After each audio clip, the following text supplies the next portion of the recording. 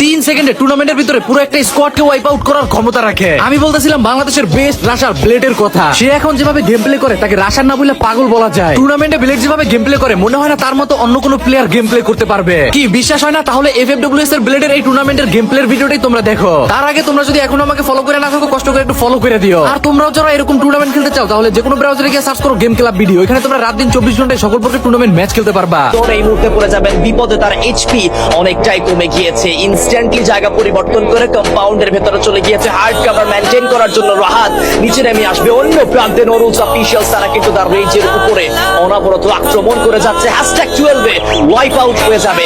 এক্সট্রিমিয়াক্স back to back grenade কিন্তু এই মুহূর্তে থ্রো করেছে। ব্লেড ম্যাডক্সকে নক করবে, আরো একটা গ্রেনেড থ্রো করা হবে, বাট সেই গ্রেনেডে তেমন কোনো ফলাফল আসেনি। ব্লেড ভেতরে ক্লোজিং কি আদৌ করবেন কিনা? দা গার্ডিয়ান্সের প্রত্যেকটা প্লেয়ার এই মুহূর্তে নিজেদের পজিশন ধরে বসে রয়েছে। #11 এ বেস্টদেরকে ওয়াইপ আউট হতে আমরা দেখতে পেয়েছি।